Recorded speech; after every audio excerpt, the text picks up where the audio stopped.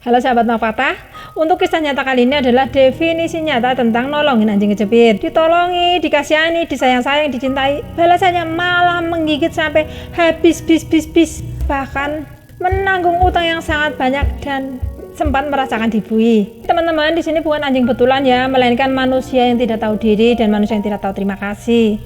Oke teman-teman, simak kisah lengkapnya, tapi jangan lupa tolong dibantu subscribe-nya ya. Terima kasih.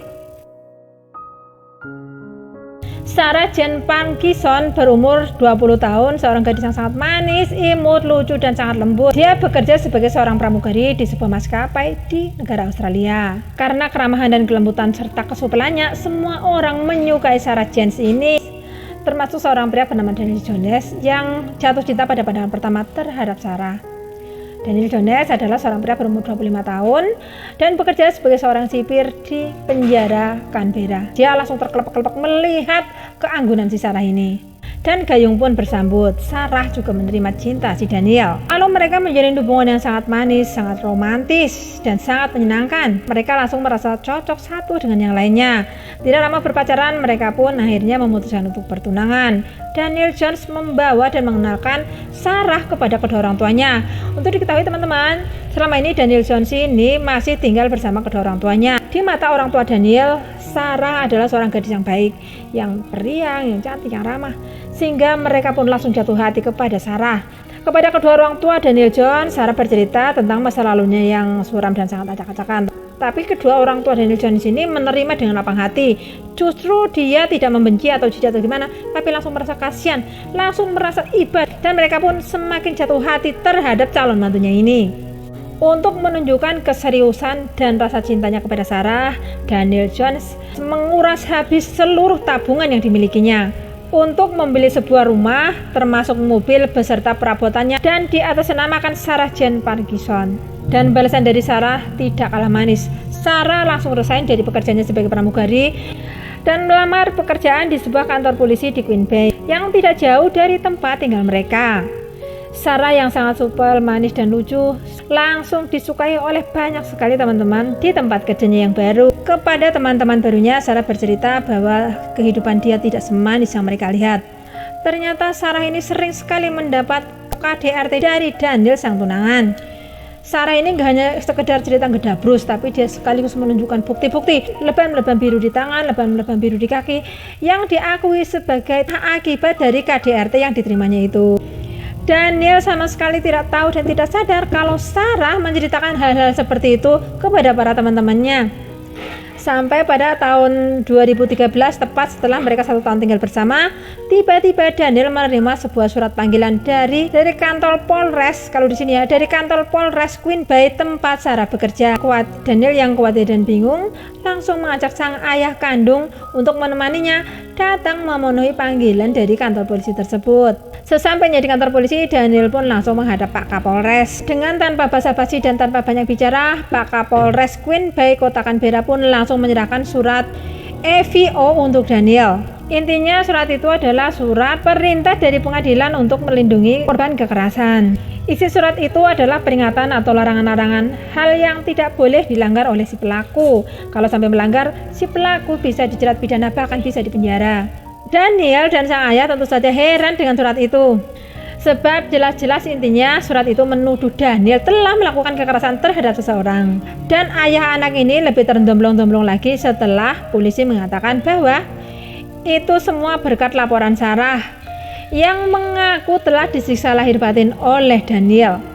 Daniel yang tidak merasa melakukan KDRT pun langsung meminta konfrontasi langsung kepada Sarah di hadapan para polisi. Lalu polisi pun mengabulkan permintaan Daniel. Daniel dipertemukan dengan Sarah dan 5 orang yang dianggap sebagai saksi di tempat itu. Tapi saat ditanya oleh Daniel apakah benar tuduhan itu, Sarah hanya menunduk diam seribu bahasa. Sarah tidak menjawab sepatah kata pun karena tidak menemukan titik temu di mana Sarah sama sekali tidak mau buka mulut. Akhirnya Daniel dan sang ayah pun pulang. Sesampai di rumah, sang ayah mencetar pertanyaan pada Daniel, tapi Daniel menjawab dia sama sekali tidak pernah, apalagi menyiksa membentak pun Daniel tidak pernah melakukan. Sore harinya saat Sarah pulang dan bertemu Daniel di rumah, Daniel pun menanyakan hal yang sama. Lalu Sarah menjawab bahwa itu adalah ulah teman-temannya yang sangat menyukai dia. Intinya itu hanya kesalahpahaman antara dia dan teman-temannya saja. Sarah meminta agar Daniel tidak usah memikirkan hal itu lagi. Setelah kejadian itu, hubungan antara Sarah dan Daniel serta kedua orang tuanya menjadi manis lagi, romantis lagi, dan bahagia lagi. Tapi pada akhir 2013, tiba-tiba Daniel bercerita kepada orang tuanya bahwa dia dan Sarah putus dan sepakat untuk berpisah. Sejak itu Daniel pun berpisah rumah. Daniel tinggal di rumah teman-temannya, sedangkan Sarah tinggal di rumah yang dibeli oleh Daniel untuknya. Tapi kenapa Daniel tidak pulang ke rumah orang tuanya? Karena ternyata rumah orang tuanya Daniel ini jaraknya sangat jauh, sekitar 1 jam perjalanan dari kantor tempat Daniel bekerja. 2 hari setelah Daniel dan Sarah berpisah, tiba-tiba saat Daniel bekerja di kantor, beberapa orang polisi mendatangi Daniel. Hal itu disaksikan oleh banyak sekali teman-teman Daniel. Polisi itu langsung menggiring dan memaksa Daniel untuk pergi bersama mereka seperti seorang penjahat saja. Dan tanpa diberitahu apa kesalahan Daniel sehingga dia diperlakukan seperti itu. Baru setelah sampai di kantor polisi, polisi memberitahu bahwa Daniel ditangkap atas dasar laporan dari Sarah sang tunangan. Daniel didakwa dengan 37 jenis dakwaan yang berbeda. Ternyata di Australia itu dakwaan itu sendiri-sendiri teman-teman. Jadi masing-masing ada pasalnya sendiri-sendiri, mukul sendiri, jambak sendiri, maki sendiri, seperti itu. Daniel dituduh telah melakukan kekerasan dalam rumah tangga kepada Sarah, baik dengan alat maupun dengan tangan kosong serta dengan kata-kata. Di antaranya adalah Daniel telah mencuri iPad-nya Sarah dan Daniel telah membobol mobil Sarah. Ancaman hukuman untuk Daniel itu cukup berat sehingga kedua orang tua Daniel sangat sedih dan sangat bingung. Orang tua yang tidak tega melihat anak laki-lakinya ini dipenjara akhirnya jungkir balik mencari utangan ke sana sini untuk membayar agar anaknya bisa bebas bersyarat dengan jaminan. Setelah bebas bersyarat, Daniel pun tetap terikat dengan perjanjian bahwa dia tidak boleh berkomunikasi dengan Sarah, tidak boleh mendekati Sarah, tidak boleh menelpon Sarah, dan lain-lain. Akhirnya Daniel pulang dan tinggal kembali bersama kedua orang tuanya. Tinggal bersama orang tuanya, Daniel sempat merasakan tentram sedikit teman-teman. Sampai pada tahun 2014, saat Daniel lagi santai-santai bersama kedua orang tuanya dan kakaknya, tiba-tiba ada polisi datang yang langsung menangkap dan membawa Daniel ke kantor polisi. Tidak hanya Daniel yang kaget-kaget, tapi termasuk orang tua dan saudara Daniel pun terkaget-kaget. Apalagi alasan penangkapan itu adalah Daniel sudah memperkaos Sarah sang mantan tunangan. Walaupun saudara dan orang tua Daniel mampu menunjukkan alibi dan bukti otentik yang tidak bisa dibantahkan lagi untuk menyangkal tuduhan perkosaan itu, tapi polisi tetap saja menjebloskan Daniel ke dalam penjara maksimum security sebab menurut polisi Daniel adalah orang yang sangat berbahaya. Dan makin terkaget-kaget lagi setelah tidak lama kemudian ternyata ayahnya Daniel ikut menerima surat peringatan dari kantor polisi bahwa dia tidak boleh menemui apalagi bicara dengan Sarah. Sebab Sarah juga melaporkan bahwa ayahnya Daniel ini sering meneror dirinya. Saat itu kedua orang tua Daniel ini lagi-lagi jumpalitan jungkir balik untuk mencari utangan demi kebebasan Daniel. Tapi Kapolres Queen Bay tidak mengizinkan pembebasan bersyarat dengan jaminan uang sebesar apapun. Sejak saat itu hubungan kedua orang tua Daniel pun menjadi sangat bergejolak, sangat panas dan sangat tegang akibat peristiwa ini. Saat Daniel masih di dalam penjara, kedua orang tua Daniel memutuskan untuk bercerai. Kasus Daniel termasuk kasus yang berat hingga pihak Polres melimpahkan kasus Daniel itu ke Ditreskrim Polda Canberra dan ditangani langsung oleh detektif wanita yang super teliti bernama Lisa Alexander. Sebagai sesama wanita, sang detektif ingin agar Daniel Jones dihukum seberat-beratnya. Maka mulailah Lisa Alexander ini menyelidiki kasus tersebut. Tapi karena saking telitinya, detektif wanita ini justru menemukan banyak sekali kejanggalan-kejanggalan yang membuatnya terheran-heran kenapa Daniel ini dengan cepat masuk bui tanpa ada yang mau mendengarkan pembelaan dari pihak Daniel Jones. Semakin diselidiki, justru sang detektif semakin mencurigai Sarah. Diketahui ternyata Sarah mengidap suatu penyakit di mana dia sering kehilangan kontrol diri, hingga Sarah sering sekali membentur atau menabrak barang-barang yang membuat tubuhnya dipenuhi oleh memar-memar. Lisa menemukan bahwa ternyata kasus Daniel ini ada intervensi langsung dari seorang perwira tinggi polisi dari kepolisian daerah setempat. Yang belakangan diketahui bahwa polisi itu bernama Scott John dan ternyata adalah selingkuhannya si Sarah. Bahkan Scott John dan 3 orang anaknya sudah tinggal bersama dengan Sarah di rumahnya Sarah, pemberian dari Daniel. Sang detektif juga menemukan bahwa banyak sekali tuduhan-tuduhan Sarah kepada Daniel ternyata adalah tuduhan yang palsu dan tidak ada bukti.